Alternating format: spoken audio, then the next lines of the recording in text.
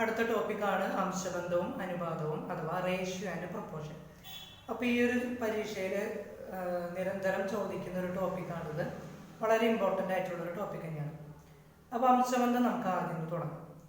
എന്താണ് അംശബന്ധം എന്നുള്ളത് നമുക്കൊരു എക്സാമ്പിൾ വഴി നമുക്ക് പഠിക്കാം. ഇപ്പോൾ എൻ്റെ കയ്യിൽ ഒരു 100 രൂപയുണ്ടെന്ന് വിചാരിക്കാം. എൻ്റെ കയ്യിൽ ഒരു 100 രൂപയുണ്ട്. 2 പേർ എൻ്റെ മുന്നിൽ നിന്ന് ചോദിക്കാൻ, എൻ്റെ മുമ്പിൽ 2 പേരുണ്ട്. ആ 2 പേർക്കായിട്ട് ഞാൻ എന്ത് ചെയ്യാണ്? ഈ 100 രൂപയെ 3:1 അനുപാതത്തിൽ ഞാൻ വീതിച്ചു കൊടുക്കുകയാണ്. അപ്പോൾ ഒരാൾക്ക് 3 ഭാഗവും 100 എന്ന രൂപയിൽ നിന്ന് 3 ഭാഗം ഒരാൾക്കും അതിലൊരു ഭാഗം ആർക്ക് കിട്ടും? മറ്റാൾക്കും കിട്ടും. അപ്പോൾ 100 എന്ന രൂപയെ 3:1 അംശബന്ധത്തിൽ വീതിക്കാൻ പറഞ്ഞു കഴിഞ്ഞാൽ ഞാൻ എന്ത് ചെയ്യണം? ഇവിടെ ആകെ ടോട്ടൽ എത്ര ഭാഗങ്ങളുണ്ട്? 4 ഭാഗം അല്ലേ? ഒരാൾക്ക് 3 ഭാഗം മറ്റാൾക്ക് 1 ഭാഗം കിട്ടി കഴിഞ്ഞാൽ ഞാൻ കറക്റ്റ് ഈ 100 രൂപയെ ഞാൻ എന്ത് ചെയ്യാണ്? 4 ഭാഗമാക്കാണ്. നോട്ടിനെ അല്ല കേട്ടോ, നമ്മുടെ സംഖ്യ. ഇപ്പോൾ ഒരു 25 രൂപ 25 രൂപ 25 രൂപ 25 രൂപ എന്ന് പറഞ്ഞിട്ട് ഞാൻ എന്ത് ചെയ്യാണ്? 4 ഈക്വൽ സംഖ്യകളാക്കാണ്. അതിൽ 1 ഭാഗം ഞാൻ എന്താണ് ഒരാൾക്ക് കൊടുത്ത് ഇയാൾക്ക് കൊടുത്തു. ബാക്കി ഈ 3 ഭാഗവും ഞാൻ എന്ത് ചെയ്തു? മറ്റാൾക്ക് കൊടുത്തു അല്ലേ? അപ്പോൾ മറ്റാൾക്ക് കിട്ടുന്ന എന്താണ്? 3 ഭാഗം കിട്ടിയ ആൾക്ക് 25 + 25 + 25 75 രൂപയും, ഇനി 100-ൽ 1 ഭാഗം കൊടുത്ത ആൾക്ക് എത്ര രൂപ കിട്ടുള്ളൂ? 25 ഭാഗം കിട്ടുള്ളൂ. പറയുന്ന ഐഡിയ മനസ്സിലായോ? ഒരു സംഖ്യയെ 3:1 അംശബന്ധത്തിൽ വീതിക്കുകയാണെങ്കിൽ ടോട്ടൽ എത്രയാണ്? 4 ഭാഗമാണ് ഇവിടെ വരുന്നത്. ആ 4-ൽ 3 ഭാഗം ഒരാൾക്ക് അല്ലേ? അപ്പൊ 100 എന്നുള്ള രൂപയെ ഞാൻ എന്ത് ചെയ്തു? 4 ഈക്വൽ ഭാഗങ്ങളാക്കി. അതായത് 25 രൂപ 25 രൂപ 25 രൂപ 25 രൂപ. അതിലൊരു ഭാഗം ഒരാൾക്കും 3 ഭാഗം ഒരാൾക്ക് കൊടുത്തു. അതായത് ഒരു ഭാഗം കിട്ടിയ ആൾക്ക് എത്ര രൂപ കിട്ടും? 25 രൂപയും, ഇനി 3 ഭാഗം കൊടുക്കുന്ന ഒരാൾക്ക് എത്ര രൂപ കിട്ടും? 75 രൂപയും കിട്ടും. പറഞ്ഞത് മനസ്സിലായോ? അപ്പോൾ അപ്പം നമുക്ക് എന്താണ്? 100 രൂപയാണ്. ഇപ്പോൾ എ എന്ന് പറഞ്ഞിട്ടുള്ള വ്യക്തിക്കാണ് ഞാൻ 3 ഭാഗം കൊടുത്തത്. ബി എന്ന് പറഞ്ഞിട്ടുള്ള വ്യക്തിക്ക് 1 ഭാഗമാണ് കൊടുത്തതെന്ന് വിചാരിക്കാം. അപ്പോൾ എക്ക് കിട്ടുന്ന തുക നമ്മൾ ഓൾറെഡി 75 കണ്ടുപിടിച്ച് കഴിഞ്ഞു. നമ്മൾ എങ്ങനെയാണ് ഈ അംശബന്ധം എന്നുള്ള കണക്കിൻ്റെ രൂപയാണ് എങ്ങനെ ചെയ്യാന്ന് നമ്മൾ പറയാൻ പോകുന്നത് കേട്ടോ. അപ്പോൾ 100 രൂപ എന്ത് ചെയ്തു? എക്ക് 3 ഭാഗം ലഭിക്കുന്നുണ്ട്. ആകെ എത്ര ഭാഗമുണ്ട്? 4 ഭാഗം. അതായത് 3+1 4 ഭാഗമാണുള്ളത്. 4 ഭാഗത്തിൽ 3 ഭാഗം ആർക്ക് കിട്ടുന്നു? എക്ക് കിട്ടുന്നു. ആകെ 100 രൂപയാണുള്ളത്. അപ്പം എന്താണ്? 100 × 3/4, അതായത് 25 × 3. ആൻസർ എത്ര കിട്ടും? 75 രൂപയാണ് എക്ക് കിട്ടുന്നത് അല്ലേ? RS റുപ്പീസിനെ കാണിച്ചതാണ് കേട്ടോ. ഇനി ബിക്ക് കിട്ടുന്നത് എന്താണ്? ആകെ 100 രൂപയിൽ 1 ഭാഗമാണ് ലഭിക്കുന്നത്. ആകെ എത്രയുണ്ട്? 4 ഭാഗത്തിൽ 1 ഭാഗമാണ് ലഭിക്കുന്നത്. അപ്പം എത്രയാണ് വരിക? 100/4. ആൻസർ എത്രയാണ്? 25 രൂപയാണ് ലഭിക്കുന്നത്. ഈ അംശബന്ധത്തിൻ്റെ ഒരു ഐഡിയ എല്ലാവർക്കും ക്ലിയർ ആയില്ലേ? അപ്പം നമുക്കൊരു പ്രോബ്ലം ചെയ്യാം. എല്ലാവരും എഴുതിയെടുക്കാം. ഞാൻ പറയാൻ പോകുന്ന കണക്ക് എല്ലാവരും എഴുതിയെടുക്കാം. ഞാൻ പറയാം. 9000 രൂപ 4:5 എന്ന അംശബന്ധത്തിൽ എക്കും ബിക്കും വീതിച്ച് നൽകിയാൽ എക്ക് ലഭിക്കുന്ന വിഹിതം എത്ര? ചോദ്യം ഒന്നും കൂടി ഞാൻ പറയാം. 9000 രൂപ 4:5 എന്ന അംശബന്ധത്തിൽ എക്കും ബിക്കും വീതിച്ചു നൽകിയാൽ എക്ക് ലഭിക്കുന്ന വിഹിതം എത്ര? അപ്പോൾ A:B, അതായത് എക്കും ബിക്കും ലഭിക്കുന്നത് 4:5 എന്നുള്ള അംശബന്ധത്തിലാണ് അല്ലേ? ആകെ എത്ര രൂപയുണ്ട്? 9000 രൂപയാണ് ഉള്ളത്. നമുക്ക് ആദ്യം എക്ക് ലഭിക്കുന്ന വിഹിതം കണ്ടുപിടിക്കാം. ഞാൻ ഈ ചോദ്യത്തിൽ രണ്ടും ചെയ്യാൻ പോവാണ് കേട്ടോ. എക്ക് ലഭിക്കുന്ന വിഹിതം എത്രയാണെന്ന് കണ്ടുപിടിക്കാം. നമ്മുടെ കയ്യിൽ ആകെയുള്ളത് 9000 രൂപ. ഇനി ഇവിടെ എക്ക് ഈ 9000 രൂപയിൽ 4 ഭാഗവും ബിക്ക് 5 ഭാഗവുമാണ് ലഭിക്കുന്നത് അല്ലേ? അതാണ് ഇവിടെ 4:5 തന്നത്. അപ്പൊ ടോട്ടൽ ഇതിന് എത്ര ഭാഗമാക്കുന്നുണ്ട്? 9 ഭാഗമാക്കുന്നുണ്ട് അല്ലേ? 9 ഭാഗമാക്കുന്നുണ്ട്. ഈ 9000 രൂപയെ നമ്മൾ ആകെ 9 ഭാഗമാക്കുന്നുണ്ട്. അതിൽ 4 ഭാഗമാണ് എക്ക് ലഭിക്കുന്നത്. അപ്പോൾ ഇത് ചെയ്തു വരുമ്പോൾ എത്ര വരും? ഇവിടെ ഇത് കട്ട് ചെയ്ത് 1000, അത് 4000 രൂപയാണ് എക്ക് ലഭിക്കുന്നത്. മനസ്സിലായി? ഇനി ബിക്ക് ലഭിക്കുന്ന വിഹിതം കൂടി നമുക്ക് കണ്ടുപിടിക്കാം അല്ലെ. ആകെ എത്ര രൂപയുണ്ട്? 9000 രൂപയുണ്ട്. ആകെ 9 ഭാഗങ്ങളിൽ 5 ഭാഗമാണ് ആർക്ക് ലഭിക്കുന്നത്? ബിക്ക് ലഭിക്കുന്നത്. അപ്പോൾ നമുക്കിത് ചെയ്തു വരുമ്പോൾ എത്രയാണ്? 5000 രൂപ. 5000 രൂപ ബിക്കും എക്ക് എത്ര രൂപ ലഭിക്കും? 4000 രൂപയും ലഭിക്കും. അടുത്തൊരു കണക്കും കൂടി ഞാൻ പറയാം. 1400 വിദ്യാർത്ഥികൾ പഠിക്കുന്ന ഒരു സ്കൂളിലെ ആൺകുട്ടികളുടെയും പെൺകുട്ടികളുടെയും അംശബന്ധം 4:3. ചോദ്യം കൂടി റിപ്പീറ്റ് ചെയ്യാം. 1400 കുട്ടികൾ പഠിക്കുന്ന ഒരു സ്കൂളിലെ ആൺകുട്ടികളുടെയും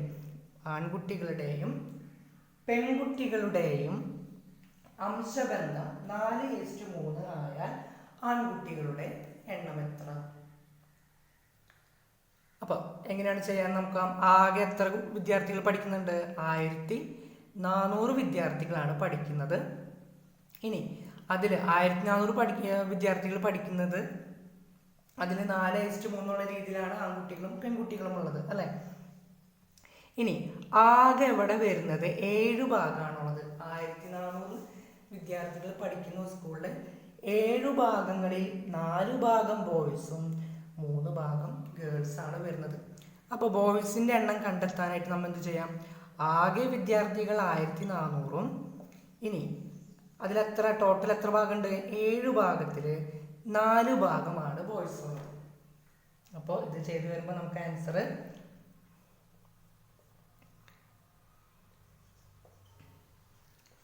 800 വിദ്യാർത്ഥികൾ ബോയ്സ് ആണ്. ഇനി ഗേൾസിന്റെ എങ്ങനെ കാണാം? ഗേൾസിന്റെ കാണുന്നത് ആകെ 1400 വിദ്യാർത്ഥികളുണ്ട്. അതിൽ 7ൽ 3 ഭാഗം ആരാണ്? പെൺകുട്ടികളാണ്. അത് ചെയ്തു വരുമ്പോൾ 600 ഗേൾസും 800 ബോയ്സ് ആണ് ആ സ്കൂളിൽ ഉള്ളത്. അപ്പൊ ഈ ഒരു എന്താ പറയാ ചോദ്യം മനസ്സിലായില്ലേ? അംശബന്ധത്തിൽ ചോദിക്കുന്ന അടുത്ത ടൈപ്പ് ചോദ്യം ഈ ഒരു രീതിയിലാണ്. 2a 2a is equal to 3b is equal to 5c എങ്കിൽ a is to b is to c എത്രയാണ്? അപ്പൊ ഇത്തരം മോഡൽ ചോദ്യം കണ്ടു കഴിഞ്ഞാൽ നമുക്ക് ഡയറക്റ്റ് ആയിട്ട് ചെയ്യാം. അപ്പൊ a is to b is to c അല്ലേ നമുക്ക് കാണേണ്ടത്. ഇത് ചെയ്യാനുള്ള എളുപ്പവഴിയാണ് കേട്ടോ പറയുന്നത്. അതെല്ലാവരും പഠിച്ചു തന്നെ പോവാം, ബൈഹാർട്ട് തന്നെ പഠിക്കാം. ഇങ്ങനെയാണ് ചോദ്യം വന്നു കഴിഞ്ഞാൽ എ എന്ന് പറഞ്ഞാൽ എന്ത് ചെയ്യണം? ബി ഇൻറ്റു സി, അതായത് ബിയുടെ കൂടെ നിൽക്കുന്ന ആള്. അത് ഞാൻ പറയാം. A is equal to B into C, B is equal to ഈ എ എന്ന് പറഞ്ഞു കഴിഞ്ഞാൽ B into C, B is equal to A into C, C is equal to A into B. ഞാനിതൊന്നും കൂടി വിശദീകരിക്കാം. ചോദ്യം എല്ലാവർക്കും മനസ്സിലായെന്ന് വിചാരിക്കുന്നു. തന്നിരിക്കുന്ന ചോദ്യം 2a സമം 3b സമം 5c എങ്കിൽ a is to b is to c. അപ്പോൾ നമുക്ക് ഈ a is to b is to c എന്നുള്ളത് ഡയറക്റ്റ് കാണാനുള്ള മെത്തേഡാണ് ഞാൻ പറയുന്നത്. ഈ a എന്ന് പറഞ്ഞു കഴിഞ്ഞാൽ b ഇൻറ്റു സി, ഈ b ഇൻറ്റു സി എന്ന് പറഞ്ഞാൽ ബിയുടെ കൂടെ നിൽക്കുന്ന ആളാരാണ് അത് നോക്കാം. സി എന്ന് പറഞ്ഞാൽ സിയുടെ കൂടെ നിൽക്കുന്നത്. അപ്പം ഇവിടെ 3. അപ്പം ഇവിടെ എന്ത് കാണാം? എ എന്ന് പറഞ്ഞാൽ ബി ഇൻറ്റു സി ആണ് തന്നിരിക്കുന്നത്. അതായത് ബിയുടെ കൂടെ നിൽക്കുന്ന ആളാരാണ് 3, സിയുടെ കൂടെ നിൽക്കുന്നത് 5. അപ്പം എ എന്ന് പറഞ്ഞാൽ 15. അപ്പം A is to B is to സിയിലെ എ ഈസ് ടു 15 കിട്ടി. ഇനി B is equal to A into C എന്നാണ് ഞാൻ എഴുതിയിരിക്കുന്നത് അല്ലേ. അതായത് ഈ ബി കിട്ടാൻ വേണ്ടിയിട്ട് എയുടെ കൂടെ നിൽക്കുന്ന ആരാ? 2 ഇൻറ്റു സിയുടെ കൂടെ നിൽക്കുന്ന ആരാ? 5 എത്രയാ 10. അപ്പോൾ ഇവിടെ എന്ത് കിട്ടി 10. അടുത്തത് ഞാനിവിടെ എഴുതിയിരിക്കുന്നത് C is equal to A into B. ഇതിലത്തെ സി കിട്ടാൻ വേണ്ടിയിട്ട് എന്ത് ചെയ്യണം? എ ഇൻറ്റു ബി ചെയ്യാനാണ് പറഞ്ഞേക്കണം. അതായത് ഇവിടുത്തെ എന്ന് വെച്ചാൽ എയുടെ കൂടെ നിൽക്കുന്നത് ആരാ? 2. ബിയുടെ കൂടെ നിൽക്കുന്നത് 3. എത്രയാണ്? 6. അപ്പോൾ നമുക്കിവിടെ എന്ത് ചെയ്താം? 6 എന്ന് എഴുതാം. അപ്പോൾ A is to B is to C എന്ന് പറഞ്ഞാൽ ഡയറക്റ്റ് ആയിട്ട് നമുക്ക് കണ്ടുപിടിക്കാൻ എന്താണ്? 15:10:6. ചെയ്ത മെത്തേഡ് മനസ്സിലായോ? ഈ തന്നിരിക്കുന്ന എ കാണണമെങ്കിൽ ബിയുടെ കൂടെ നിൽക്കുന്ന ആളെ ഇൻറ്റു സിയുടെ കൂടെ നിൽക്കുന്ന ആൾ. ഇനി ഈ ബി കാണാൻ വേണ്ടിയിട്ട് എയുടെ കൂടെ നിൽക്കുന്ന ആളെ ഇൻറ്റു സിയുടെ കൂടെ ഉള്ള നമ്പർ. അങ്ങനെ ഈ ക്വസ്റ്റ്യൻ നമുക്ക് എളുപ്പത്തിൽ ചെയ്യാം. ഞാൻ ഒരു ക്വസ്റ്റ്യൻ കൂടി തരാം, എല്ലാവരും എഴുതിയെടുക്കുക. 3a is equal to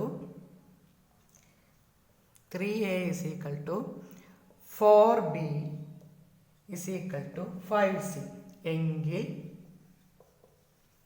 a is to b is to c. ഇതാണ് നമുക്ക് കാണേണ്ടത്. അപ്പോൾ നമ്മൾ പറഞ്ഞ പോലെ തന്നെ ഈ a is to b, a is to b is to c കാണണമെങ്കിൽ a കാണണമെങ്കിൽ എന്ത് ചെയ്യണം? ബിയുടെ കൂടെ നിൽക്കുന്ന ആളെ ഇൻറ്റു സിയുടെ കൂടെ നിൽക്കുന്ന ആൾ അല്ലേ? ഇത് ബി ഇൻറ്റു സി. ഇവിടെ വരുന്നത് ഏതാണ്? A into C. ഇവിടെ വരുന്നത് എ ഇൻറ്റു ബി. അപ്പോൾ എ കിട്ടണമെങ്കിൽ ബിയുടെ കൂടെ നിൽക്കുന്ന ആളെ ഇൻറ്റു സിയുടെ കൂടെ നിൽക്കുന്ന ആൾ ഈസ് ടു.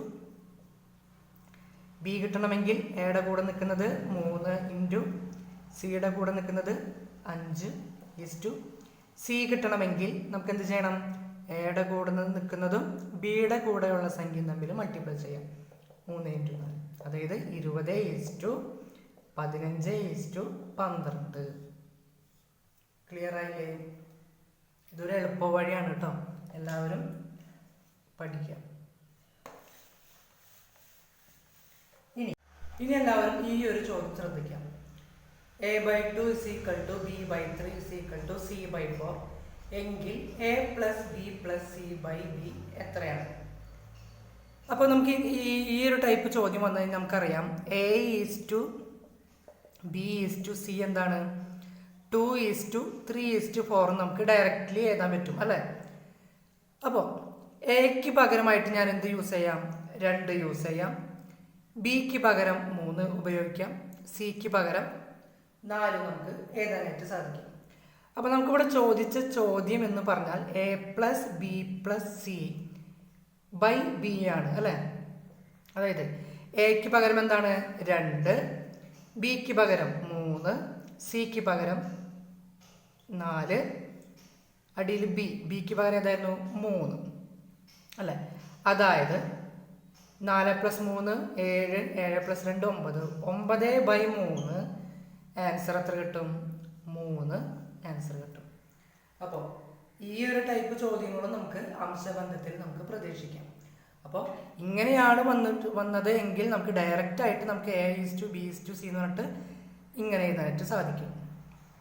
ഈ ഒരു ടൈപ്പ് കണക്ക് എല്ലാവർക്കും മനസ്സിലായി. ഇനി നമുക്കിനി ചോദിക്കാവുന്ന ടൈപ്പ്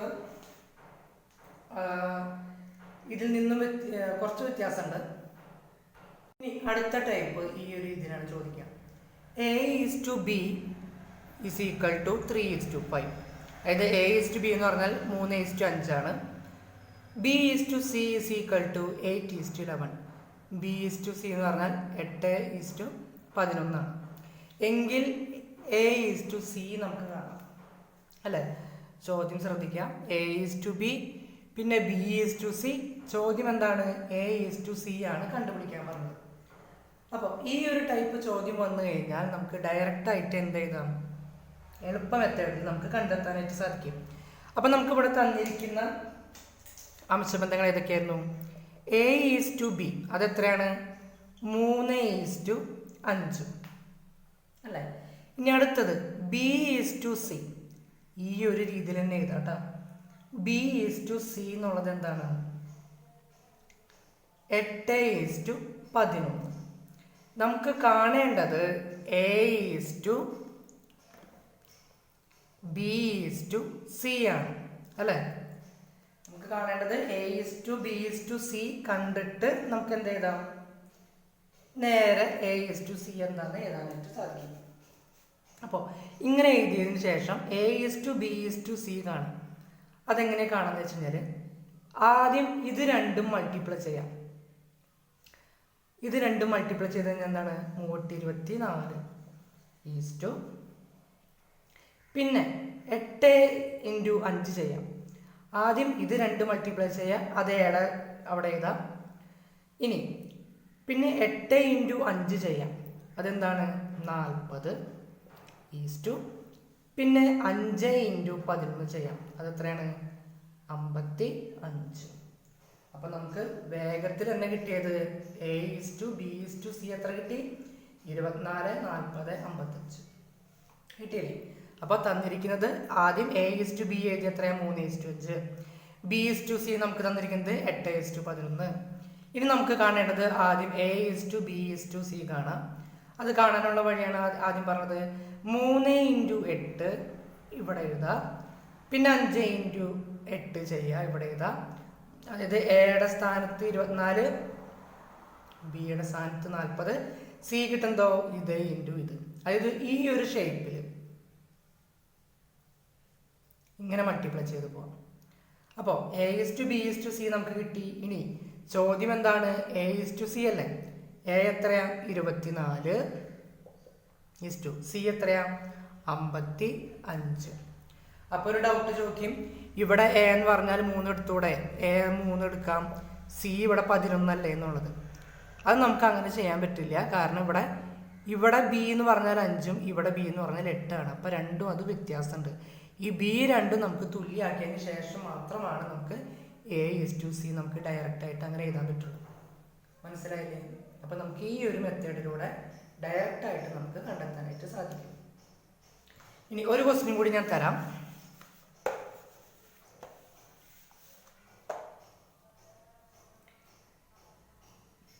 A:B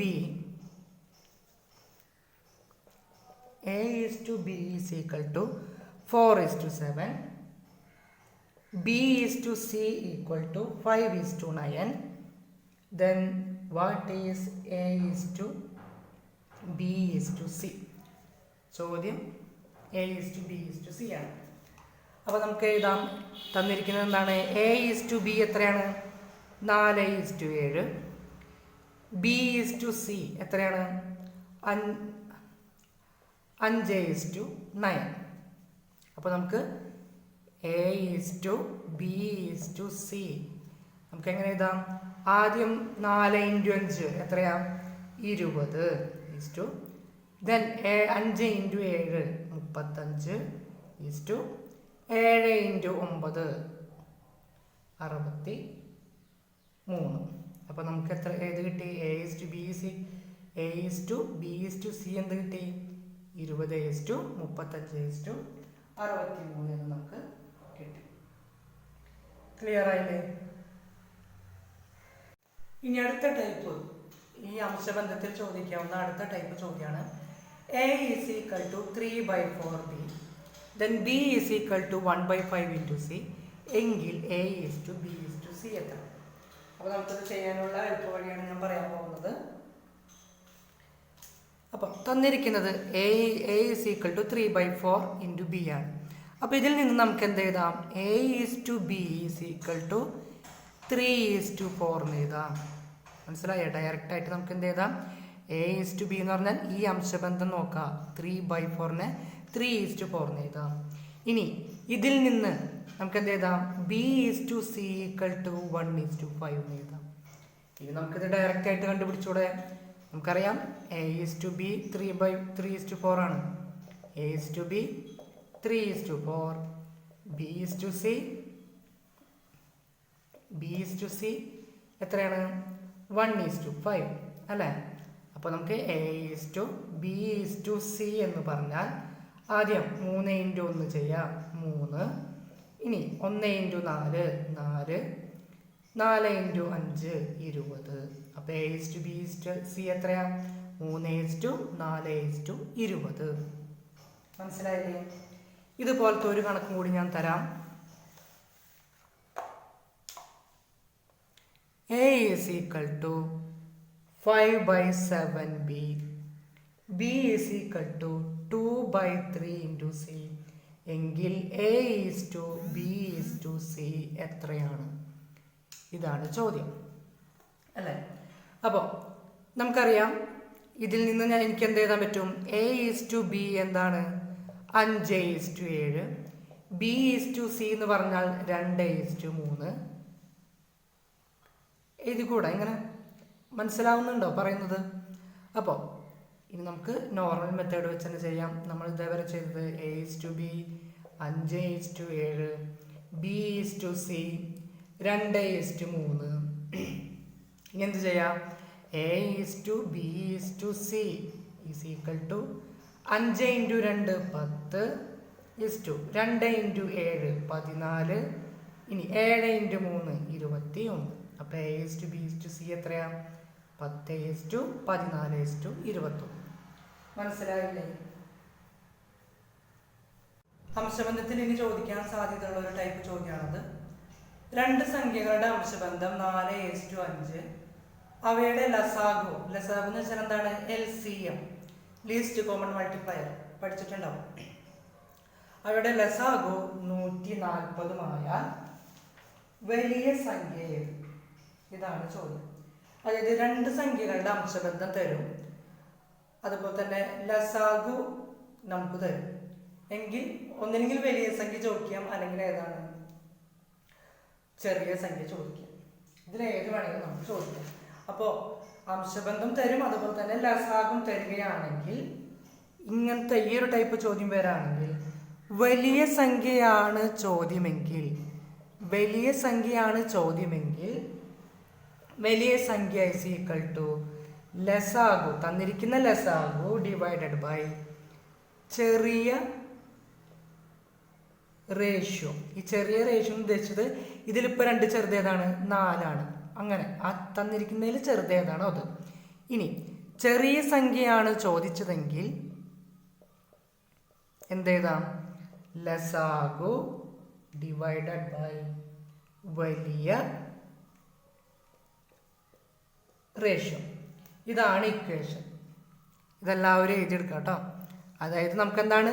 രണ്ട് സംഖ്യകൾ തമ്മിലുള്ള അംശബന്ധം തരും, അതുപോലെ തന്നെ അവയുടെ ലസാഗു തരുകയാണെങ്കിൽ വലിയ സംഖ്യ is equal to ലസാഗു ബൈ ചെറിയ റേഷ്യോ. ഇനി ചെറിയ സംഖ്യ സമം ലസാഗു ബൈ വലിയ റേഷ്യോ. മനസ്സിലായില്ലേ? അപ്പോൾ ഇതിൽ ചോദ്യം വലിയ സംഖ്യ അല്ലേ? വലിയ സംഖ്യ എങ്ങനെ കണ്ടെത്താം? ലസാഗു ഡിവൈഡഡ് ബൈ ലസാഗു എത്രയാ? 140 ഡിവൈഡഡ് ബൈ ചെറിയ റേഷ്യോ 4:5 ചെറിയ റേഷ്യോ ഏതാണ്? 4. അപ്പോൾ നമുക്ക് ആൻസർ എത്ര കിട്ടും? 35. മനസ്സിലായില്ലേ? ഇനി വലിയ സംഖ്യയാണ് ചെറിയ സംഖ്യയാണ് ചോദ്യം എന്നുണ്ടെങ്കിൽ നമുക്ക് എന്ത് എഴുതാം? ലസാഗു 140 ബൈ വലിയ റേഷ്യോ എത്രയാണ്? 5. ഇത് ചെയ്യുമ്പോൾ നമുക്കൊരു ആൻസർ കിട്ടും. അപ്പോൾ 28. ഇതാണ് ചെറിയ സംഖ്യ. മനസ്സിലായല്ലോ? അടുത്ത ചോദ്യമാണ്. രണ്ട് സംഖ്യകളുടെ അംശബന്ധം 5:6. അവയുടെ ഉസാഗ 8. ഉസാഗ എന്ന് പറഞ്ഞാൽ HCF, highest common factor, HCF. ഉസാഗ എന്താണ്? 8 വലിയ സംഖ്യ ഏത്? അപ്പോൾ രണ്ട് സംഖ്യകളുടെ അംശബന്ധം തരും, അതുപോലെ തന്നെ ഉസാഗ അല്ലെങ്കിൽ HCF തരാണെങ്കിൽ വലിയ സംഖ്യ is equal to ഉസാഗ ഇൻറ്റു വലിയ റേഷ്യോ. ഇനി ചെറിയ സംഖ്യ is equal to ഉസാഗ ഇൻറ്റു ചെറിയ റേഷ്യോ. മനസ്സിലായില്ലേ? അപ്പോൾ ഇങ്ങനെ തരികയാണെങ്കിൽ ഉസാഗയാണ് തരുന്നതെങ്കിൽ ഈ ഒരു ഇക്വേഷനും, ലസാഗു ആണെങ്കിൽ വേറെ ഇക്വേഷനാണ്. അതെല്ലാവരും ശ്രദ്ധിച്ച് പഠിക്കാം. അപ്പോൾ ഇവിടെ ചോദിച്ചിരിക്കുന്നത് വലിയ സംഖ്യ അല്ല. വലിയ സംഖ്യ എങ്ങനെയാണ് കാണാം? ഉസാഗ എത്രയാ? 8. ഇനി വലിയ റേഷ്യോ ഏതാ? 6. 6 × 8 48. ഇനി ചെറിയ സംഖ്യ ആണെങ്കിലോ ഉസാഗ 8, ചെറിയ റേഷ്യോ എത്രയാണ് 5, 40. മനസ്സിലായില്ലേ ഈ ഒരു ടൈപ്പ് ചോദ്യങ്ങൾ ചെയ്യാൻ? ഇനി കിട്ടില്ലേ?